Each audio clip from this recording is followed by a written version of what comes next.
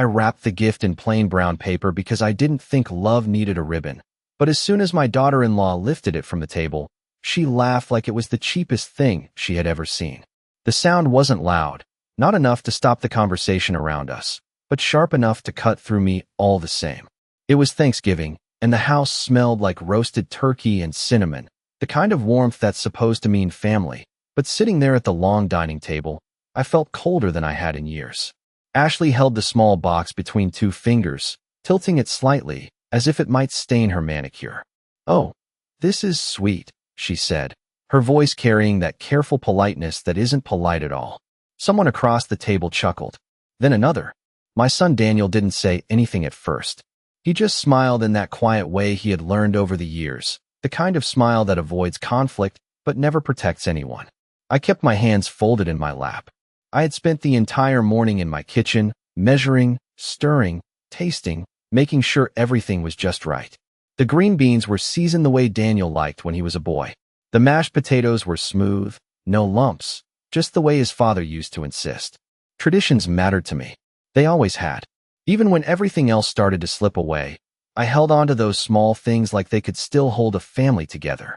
"Mom, you didn't have to get anything," Daniel finally said, but he didn't look at me when he said it. His eyes stayed on Ashley, waiting for her reaction, as if that mattered more.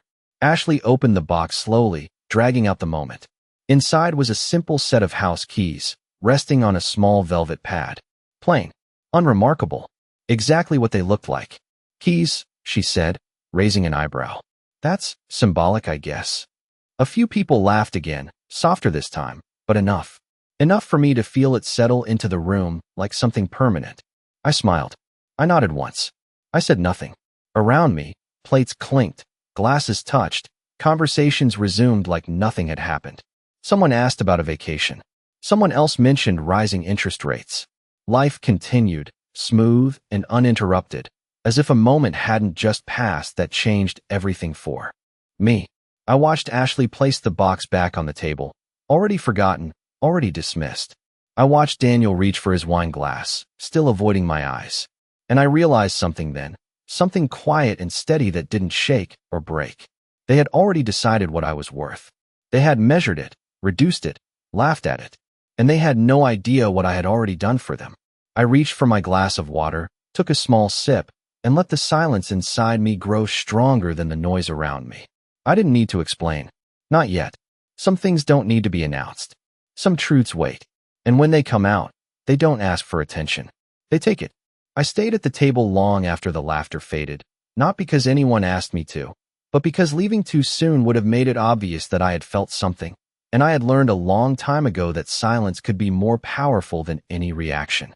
The candles in the center of the table burned steadily, their soft glow reflecting off the polished wood, and for a moment I let myself focus on that instead of the people around me. I used to believe this room held memories that could not be broken, that the years of birthdays, holidays, and quiet Sunday dinners had built something solid, something unshakable. But now, sitting there with my hands folded neatly in my lap, I realized how fragile all of it had been. Daniel reached for the turkey and began carving, his movements practiced and efficient, just like his father used to do, but without the warmth that once filled the room. He spoke about work, about a new project, about how busy things had been lately. Ashley nodded beside him, occasionally adding a comment about their plans, their renovations, their future. Their house came up more than once. The kitchen upgrade, the new hardwood floors, the idea of expanding the living room. I listened quietly, each word settling into place, each detail confirming something I had already known but never needed to say out loud. They spoke about that house like it was a prize they had earned, like it had appeared in their lives through effort and timing and a little bit of luck. No one mentioned the nights I had spent going over my savings, calculating what I could afford to give up. No one mentioned the years I had worked extra hours, cutting back on everything that was not essential, telling myself it was for family, that it was what mothers did. I remembered the day I sat across from the bank officer, the papers laid out in front of me, the final number written clearly at the bottom. It had been more than I had ever spent on anything in my life. My hands had been steady when I signed. I did not hesitate. Not once. Because I believed I was helping build something that would last, something that would carry my son forward into a life that felt secure and supported. "It is going to be perfect," Daniel had said back then, his voice full of excitement, his eyes bright in a way I had not seen since he was a child. I had smiled and told him he deserved it. And I meant it. I always meant it. Back at the table, someone asked Ashley where she found the new dining chairs. She laughed lightly and said they had been a splurge, but worth every penny. I watched her gesture around the room, her confidence effortless, her sense of ownership complete. It did not occur to her, not even for a second, that anything in her life might have come from someone else's sacrifice. I picked up my fork and took a small bite of food, though I could barely taste it. The room was warm, the conversation steady, but inside me something had shifted into a quiet clarity that felt almost unfamiliar. I was no longer trying to hold on to what this family used to be. I was simply seeing it for what it had become. And for the first time, that truth did not hurt the way I expected it to. It settled into me like something final, something that did not need to be argued or explained. I placed my fork down carefully, aligned it with the edge of my plate, and let the rest of the evening unfold exactly as it wanted to, knowing that I was no longer a part of it in the way I once believed I was. I noticed it in the smallest moments, the kind most people would overlook, but once you see it, you cannot unsee it. Ashley did not ask if I needed anything. She did not offer to refill my glass or pass a dish. She moved around the table like I was not there, like I was part of the furniture that had always been there and would always stay in the same place. Daniel followed her rhythm without realizing it, adjusting his tone, his posture, even the way he spoke, depending on how she reacted. When she laughed, he laughed. When she frowned, he grew quiet. It was subtle, but it was constant, and it told me everything I needed to know. At one point, Ashley leaned back in her chair and crossed her arms, looking around the room with that easy confidence she wore so well. "You know, owning a home these days is not easy," she said, her voice carrying just enough to reach everyone at the table. "We have worked really hard to get where we are." A few heads nodded. Someone agreed. Someone else mentioned rising property values and how lucky young homeowners were if they got in at the right time. I kept my eyes on my plate, listening. Ashley continued, "People think things just fall into your lap, but they do not see the sacrifices behind it." She smiled as she said it, a soft, practiced smile that made her words sound humble instead of proud. Daniel reached over and squeezed her hand under the table. I saw it. I saw everything. I remembered the phone call from years ago, the one where Daniel's voice had been tight with worry as he explained how the mortgage payments were becoming too much, how interest rates had shifted, how they were trying to keep up, but it felt like the ground was moving beneath them. He had not asked me for help. Not directly. He never would have. But I heard it anyway, in the pauses, in the way his voice dropped when he thought I might not notice. I had told him not to worry. I had told him I would look into something. And I had. Quietly. Completely. Without conditions. Without expectations. Back then, I believed that was what love looked like. Now, listening to Ashley speak about sacrifice, I realized how differently we defined that word. For her, sacrifice was choosing between a vacation and a renovation. For me, it had been something else entirely. It had been years of saying no to myself so I could say yes to my family.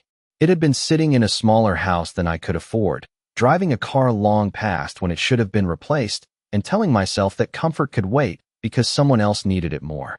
I lifted my gaze slightly and watched Ashley as she spoke, her hands moving gently as she described their plans, their goals, their future. She believed every word she was saying. That was the part that struck me the most. There was no guilt in her voice. No hesitation. Just certainty. That house was hers. That life was hers. And whatever had made it possible was invisible to her. I leaned back in my chair and folded my hands again, letting the conversation flow around me like a current I no longer needed to swim against. I did not interrupt. I did not correct her. I simply listened, storing each word, each glance, each quiet dismissal. Because there are moments when speaking changes nothing, and there are moments when silence becomes something else entirely. Something stronger. Something patient. And as I sat there, watching my own story being rewritten in front of me, I understood that my time to speak had not passed. It had simply not arrived yet. The evening moved forward the way it always does when something uncomfortable settles into the room, not with confrontation, but with distraction. Plates were cleared, Dessert was brought out, and conversations shifted to safer topics, but I could still feel the echo of everything that had already been said lingering beneath it all. Ashley stood up and began slicing the pie, her movements confident, practiced, like she had hosted this dinner 100 times before. "I found this recipe online," she said lightly, placing a slice onto Daniel's plate first. "It is supposed to be healthier. Less sugar, more natural ingredients." Someone complimented her. Someone asked for the recipe. She smiled, pleased, accepting their praise like it was something she had earned. I watched her for a moment, then let my gaze drift toward the window. Outside, the night had settled in completely, the glass reflecting the dining room back at me like a quiet mirror. I could see myself there, seated at the edge of the table, still, composed, almost separate from everything else happening in that space. It reminded me of another night, years ago, when I sat alone at my own kitchen table with a stack of papers spread out in front of me. The numbers had not been kind. They never are when you start adding up a lifetime of savings and then begin subtracting from it. I had taken my time, going line by line, making sure I understood exactly what I was about to do. There had been no one else in the room. No one to ask. No one to advise. Just me, a pen, and a decision that would change more than just my bank account. I remembered the quiet hum of the refrigerator, the ticking of the clock on the wall, the way the house felt larger than usual in that moment. I had paused before signing, not because I was unsure, but because I wanted to be certain I was doing it for the right reasons. And I was. I had thought of Daniel, of the way he sounded on the phone, trying to stay strong while everything around him felt uncertain. I had thought of the future he was trying to build, the stability he deserved, the life I wanted him to have. So I signed. Just like that. No announcement. No conditions. No expectation that anyone would ever know. Back in the present, Ashley placed a slice of pie in front of me without looking at me. "Careful, it is not as sweet as you might be used to," she said with a small laugh, as if she had made a harmless joke. A few people smiled. I nodded once in return, picking up my fork even though I had no appetite. The pie tasted fine. It was not about the pie. It never was. Across the table, Daniel was talking again, explaining something about refinancing options, about how they had been smart with their decisions, how they had managed things carefully over the years. I listened, not interrupting, not correcting, just letting his words fill the space between us. He believed what he was saying. That was clear. Whatever had happened in the past had been folded neatly into a story that made sense to him, a version of events where everything added up cleanly and logically. I did not blame him for that. It is easier to live inside a story that feels earned than one that depends on something you never fully understood. I set my fork down and folded my hands again, feeling that same steady calm settle over me, the kind that comes when there is nothing left to question. I did not need to revisit that night at the kitchen table. I did not need to remind anyone of what had been done or why. All of that existed whether it was acknowledged or not. And as I sat there, surrounded by voices that no longer reached me the way they once did, I realized that the truth does not lose its weight just because it is ignored. It waits, quietly, patiently, until the moment it is finally seen. It was not until the plates were nearly empty and the room had softened into that comfortable after-dinner haze that someone mentioned the mortgage again, casually, like it was just another topic to pass the time. Daniel leaned back in his chair, one arm resting along the back, his voice relaxed in a way that suggested confidence, not concern. "We were lucky, honestly," he said. "We timed everything right, made smart choices, paid things down faster than most people our age." Ashley nodded beside him, her expression proud but measured, as if she was careful not to appear too proud, while still making sure everyone understood exactly what they had accomplished. "It takes discipline," she added. "Not everyone has that." There was a quiet agreement around the table, the kind that comes easily when a story sounds clean and complete. I sat there, listening, letting each word settle into place like pieces of a puzzle I had already finished years ago. No one looked at me when they spoke. No one thought to include me in that version of events. And why would they? In their minds, this was their achievement, their discipline, their success. The past had been rewritten so smoothly that even the truth no longer seemed necessary. I reached for my glass again, but I did not drink. I simply held it, feeling the coolness against my fingers, grounding myself in something real while the conversation continued to drift further away from it. Across from me, a distant cousin asked how they managed to get ahead so quickly, how they avoided the struggles so many others faced. Daniel shrugged slightly, offering a modest smile. We just stayed focused, he said. We made sacrifices early so we would not have to later. The word hung in the air again. Sacrifices. I let it sit there, turning it over quietly in my mind, not with anger, not even with disappointment, but with a clarity that felt sharper than either of those things. Because I knew exactly what that word meant. I had lived it in ways that could not be explained in a single sentence or reduced to a passing comment at a dinner table.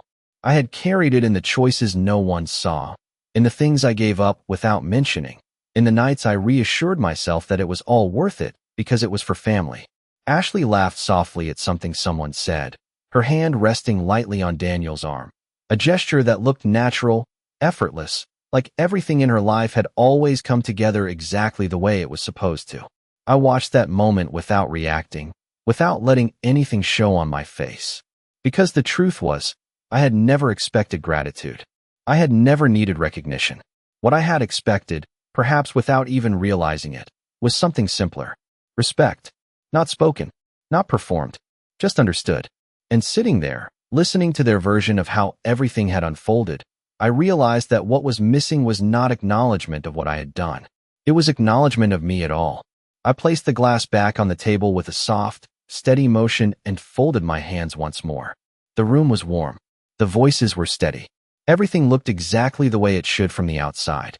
But inside me, something had settled into a final, unshakable place. I no longer needed them to remember. I no longer needed them to see. Because I had already decided that when the truth finally came into the room, it would not ask for permission to be heard. It would simply be there, undeniable, impossible to ignore, changing everything without raising its voice at all. The conversation drifted into smaller groups after that, the way it always does when the main performance is over and everyone settles into their own corners of comfort. Someone moved to the living room. Someone turned on soft music in the background. The table that had held so much noise just minutes ago now felt like a stage after the curtain had fallen, quiet but still carrying the weight of what had happened there. I remained seated for a moment longer, letting the chair hold me, letting the silence wrap around me in a way that felt clearer than anything that had been said all evening. Then I stood up slowly, smoothing the front of my sweater, not because it needed it, but because it gave my hands something to do. Ashley was at the kitchen counter now, rinsing plates with quick, efficient movements, her voice light as she spoke to someone beside her. We have been thinking about refinancing again, she said. Maybe pull some equity out for the expansion. It just makes sense if you know how to manage it. I paused just long enough to hear that, not long enough for it to seem intentional. Equity. The word landed differently now, heavier, more precise. I walked into the living room and took a seat near the window, watching the faint reflection of the room in the glass. Outside, the night was still, the kind of stillness that makes everything inside feel louder than it actually is. Daniel joined me a few minutes later, holding 2 cups of coffee. He handed one to me without meeting my eyes at first, then finally glanced up with a small, uncertain smile. Everything okay, Mom? He asked, his voice softer now, stripped of the confidence he had carried at the table.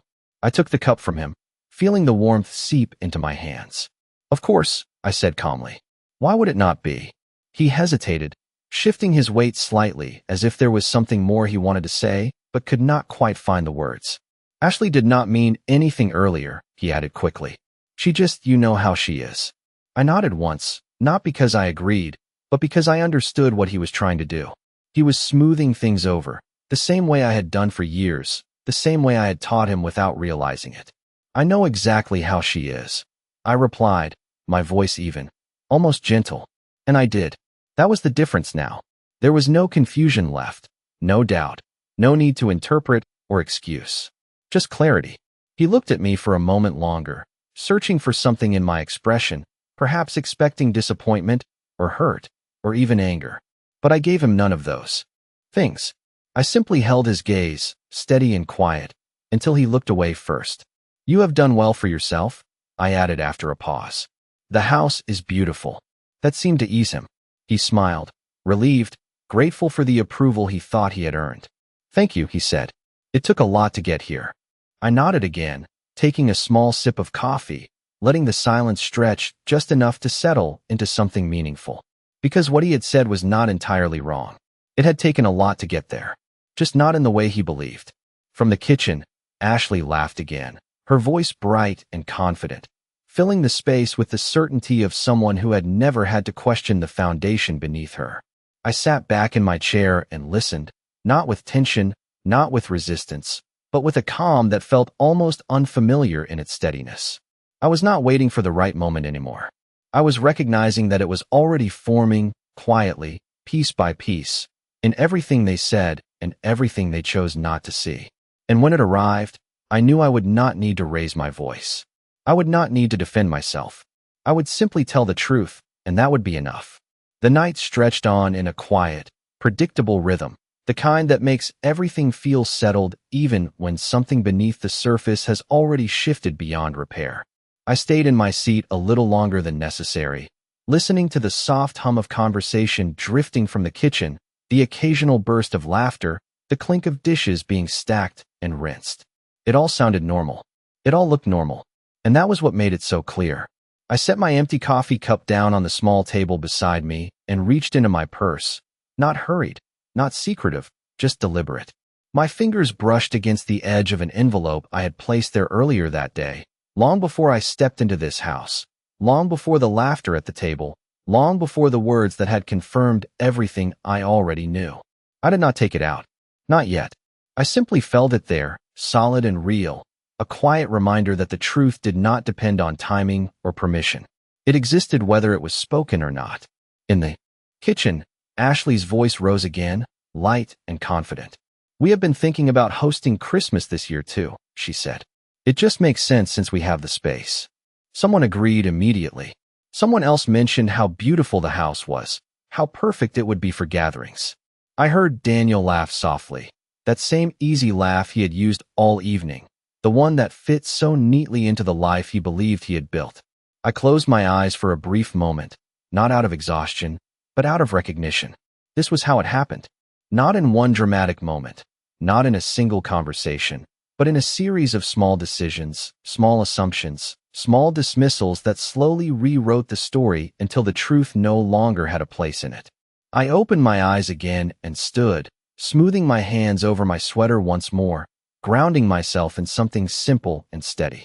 As I walked toward the kitchen, the warmth of the room met me again, along with the scent of leftover food and the soft glow of the overhead lights. Ashley glanced up when she saw me, offering a quick smile that did not quite reach her eyes. "Do you need anything?" she asked, already turning back to the sink before I could answer. I shook my head slightly, though she did not see it. Daniel was leaning against the counter, scrolling through his phone, his posture relaxed, his expression calm. For a moment, I watched them both, not with judgment, not even with disappointment, but with a clarity that felt almost detached. They were exactly who they had shown themselves to be, and I was exactly where I needed to be. I reached into my purse again, this time letting my hand rest on the envelope for just a second longer. I could feel the edges of the documents inside, the weight of signatures and numbers and decisions that had been made quietly, without witnesses, without applause. I had not brought it with me out of impulse. I had not planned this moment in detail. But somewhere, beneath everything else, I had known that tonight would reveal what needed to be revealed. Not through confrontation, not through argument, but through the simple act of allowing the truth to stand where it had been ignored. I withdrew my hand slowly, leaving the envelope where it was, letting the moment continue to build in its own time. Because patience is not about waiting without purpose. It is about knowing exactly when something no longer needs to wait. And as I stood there, listening to the easy confidence in their voices, I understood that the moment was no longer approaching. It was already here. I did not raise my voice when I spoke. I did not clear my throat or ask for attention. I simply stepped closer to the kitchen counter and said Daniel's name in a tone that was calm enough to cut through the room without force. He looked up immediately, the phone still in his hand, his expression shifting from relaxed to curious in a matter of seconds. Ashley glanced over her shoulder, still holding a plate under running water, her movements slowing just slightly as she sensed something change, even if she could not yet name it. "Daniel," I said again, just to make sure I had his full attention, and when I did, I reached into my purse and took out the envelope I had carried with me all evening. It was plain, nothing about it drawing attention to itself, just like everything I had done up to this point. I placed it gently on the counter between us, not sliding it, not pushing it forward, just setting it down as if it belonged there all along. "I think you should take a look at this," I said. My voice did not waver. It did not rise. It did not ask. For a moment, no one moved. The soft hum of the dishwasher, the faint music in the background, even the quiet conversations from the living room seemed to fade just enough to make space for what was happening in that small stretch of silence. Daniel frowned slightly, setting his phone down beside the envelope. "What is it?" he asked, his tone cautious now uncertain. "Just open it," I replied. Ashley turned off the water completely this time, drying her hands on a towel as she stepped closer, her curiosity now fully engaged. Daniel picked up the envelope, his fingers hesitating for just a second before he opened it. The sound of paper sliding against paper was louder than it should have been, sharp in the quiet.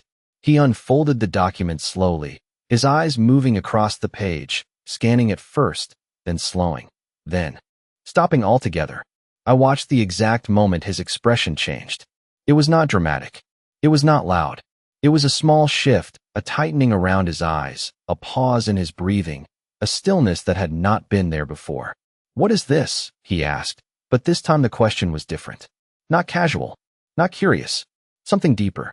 "It is the final payment record," I said simply. "For the house." Ashley leaned in closer, her shoulder nearly touching his now as she tried to read over the page. "What do you mean?" she asked quickly, her voice sharper than before, the confidence beginning to slip just slightly. Daniel's eyes moved back to the top of the document, then down again, as if he needed to confirm what he was seeing more than once. This says the mortgage was paid in full," he said slowly. I nodded once. "Yes," I replied.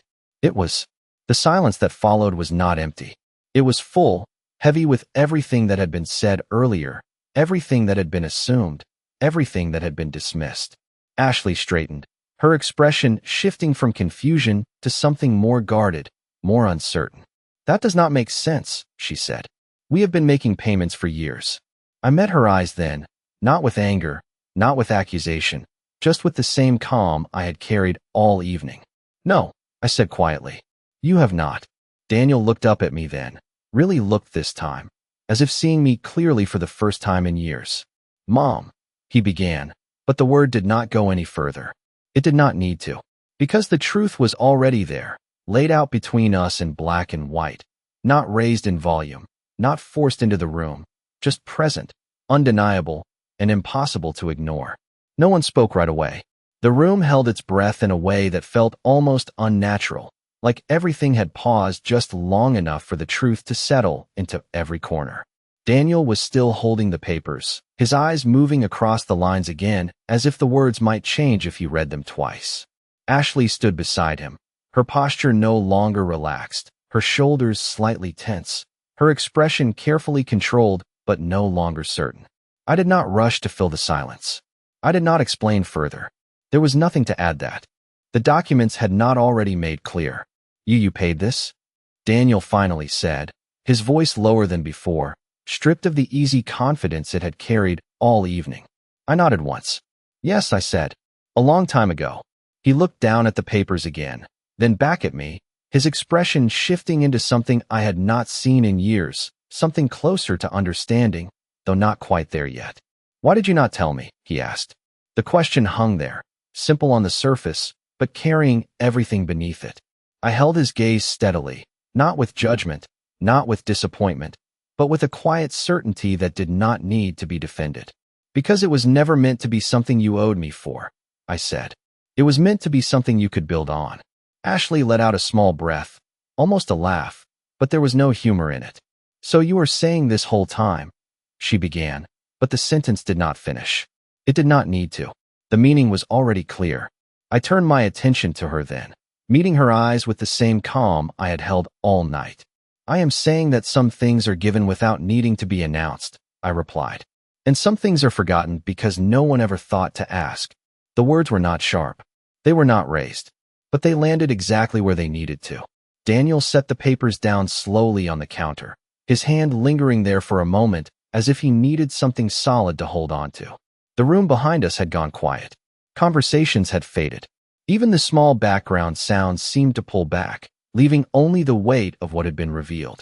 I picked up my purse, adjusting the strap on my shoulder with a small, practiced motion. I should be going, I said, my voice as steady as it had been from the beginning. Daniel looked up quickly. Mom, wait, he said, but there was no clear direction in his voice, no certainty about what he wanted to say next. I paused, not turning back fully, just enough to acknowledge him. You have a beautiful home, I said softly. Take care of it. Then I walked toward the door, each step measured, unhurried, not as someone leaving in anger, but as someone who had simply reached the end of something without needing to make it into a scene. Behind me, no one stopped me. No one called out again. The door opened easily, the cool night air meeting me with a quiet kind of clarity that felt cleaner than anything inside. As I stepped outside, I did not look back. I did not need to, because some things, once seen, do not need to be explained again. And some lessons do not come from what is said, but from what is finally understood in the silence that follows.